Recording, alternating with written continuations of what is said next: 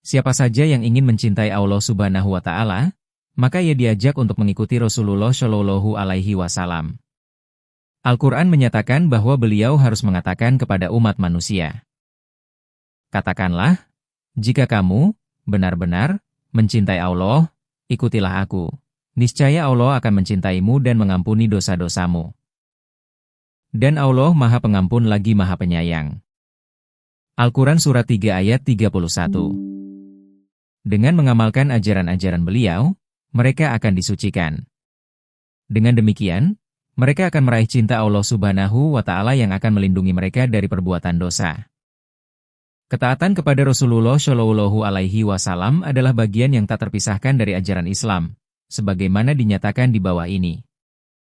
Hai orang-orang yang beriman, taatilah Allah dan taatilah Rasul-Nya, dan ulil amri di antara kamu.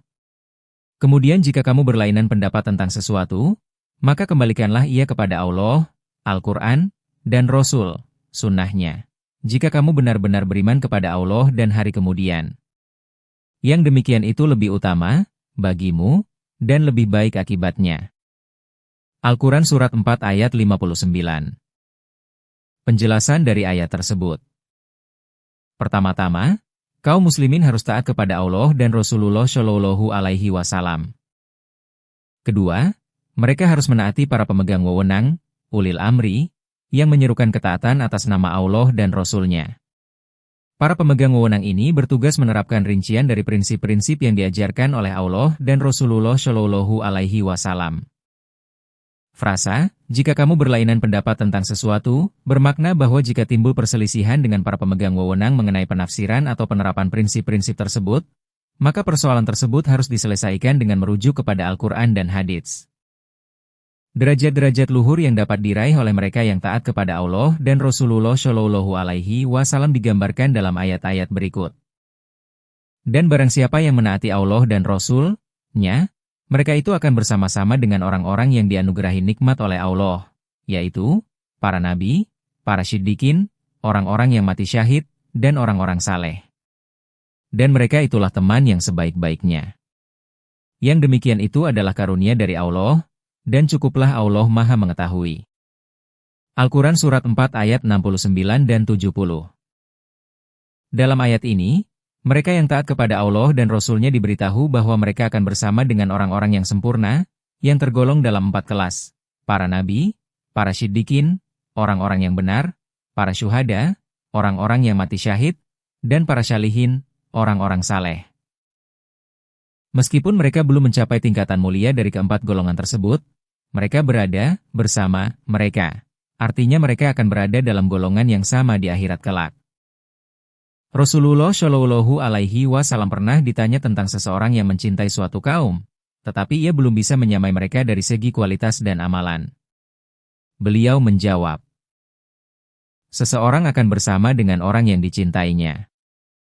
Hadis riwayat Imam Bukhari, Hadits 6169, 6170.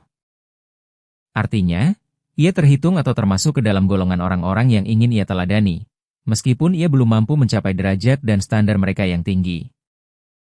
Seorang sahabat Nabi pernah berkata, "Aku mencintai Rasulullah Shallallahu Alaihi Wasallam, aku mencintai Abu Bakar dan Umar, dan aku berharap Allah akan membangkitkanku pada hari kiamat bersama mereka, meskipun aku belum mampu beramal seperti amalan-amalan yang mereka kerjakan." Hadis riwayat Imam Bukhari, Hadits 3688. Pentingnya ketaatan kepada Rasulullah Shallallahu Alaihi Wasallam ditunjukkan dalam ayat berikut. Barang siapa yang menaati Rasul itu, sesungguhnya ia telah menaati Allah. Dan barang siapa yang berpaling dari ketaatan itu, maka kami tidak mengutusmu untuk menjadi pemelihara bagi mereka. Al-Quran Surat 4 ayat 80.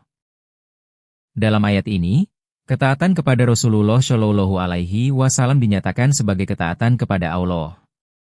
Apapun yang diperintahkan Rasulullah Shallallahu Alaihi Wasallam kepada umat Islam, beliau melakukannya atas perintah dari Allah Subhanahu wa Ta'ala. Perintah-perintah tersebut datang kepada beliau melalui dua cara. 1. Berupa wahyu dalam kata-kata yang spesifik, yang kemudian menjadi bagian dari Al-Quran, dan 2. berupa ilham yang dimasukkan ke dalam benak beliau. Sebagai contoh, tata cara sholat, waktu-waktunya, gerakan-gerakannya, dan bacaan-bacaannya, diajarkan kepada kaum muslimin oleh Rasulullah Shallallahu Alaihi Wasallam. Cara-cara ini diwahyukan kepada beliau oleh Allah, tetapi tidak dalam bentuk ayat-ayat yang dimasukkan ke dalam Al-Quran. Rasulullah Shallallahu Alaihi Wasallam telah menunaikan tugasnya dengan mengajarkan agama Islam kepada kaum muslimin, baik dari segi akidah maupun amaliyah. Beliau menunaikan tugas ini melalui lisan dalam dakwahnya dan melalui perbuatan nyata yang menjadi teladan bagi sesama. Kewajiban kaum muslimin adalah menaati beliau dalam hal-hal tersebut. Mereka hanya akan mendapatkan petunjuk jika mereka menaatinya, sebagaimana dinyatakan di bawah ini.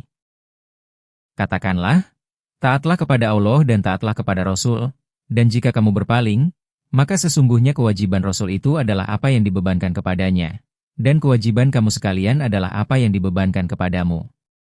Dan jika kamu taat kepadanya, niscaya kamu mendapat petunjuk. Dan kewajiban Rasul itu tidak lain hanyalah menyampaikan amanat Allah dengan terang. Al-Quran Surat 24 ayat 54. Selesai kajian ke-11.